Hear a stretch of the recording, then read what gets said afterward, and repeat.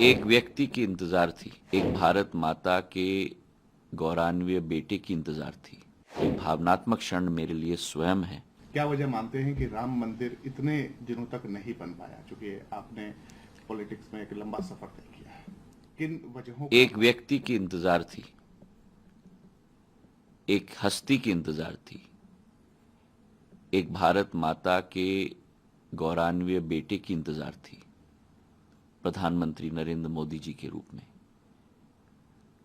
जिन हजारों साल से लोगों के जो सपने थे, उन सपनों को पूरा करने का संकल्प लेकर एक संकल्पित व्यक्ति जब निकलता है तो असंभव कार्य भी संभव हो पाता है।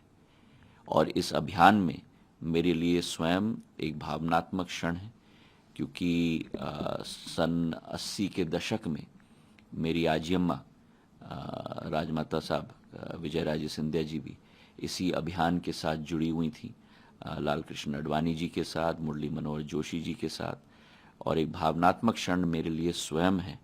और एक, जैसे मैंने कहा, एक व्यक्ति, एक भारत माता के बेटे की इंतजार थी जो उस संकल्प को सिद्धि में परिवर्तित कर पाए।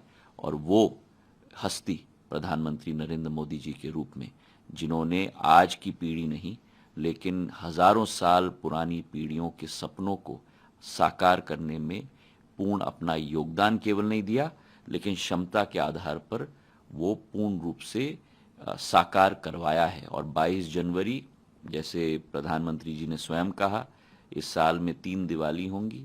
एक दिवाली जो हमने मनाई भगवान की दी हुई, दूसरी दिवाली जब 5 विधानसभाओं के चुनाव के नतीजे आए, और तीसरी दिवाली 22 जनवरी को मनाई जाएगी।